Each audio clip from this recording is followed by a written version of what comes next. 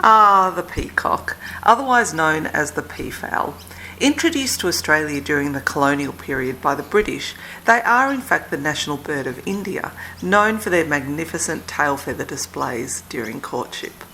It's only the males, however, that have this brilliant train that consists of over 200 shimmering feathers, each one marked by a beautiful spherical eye. According to blog post Animal Corner, the peacock is a classic example of how sexual selection influences the evolution of a species. Studies have shown that not only do females, known as peahens, prefer to mate with the males displaying the largest number of eye spots in their tails, but that the males with the largest eye spots tend to father bigger, healthier and fitter babies that are more likely to survive. So it seems that at least for the peacock, beauty is indeed more than skin deep.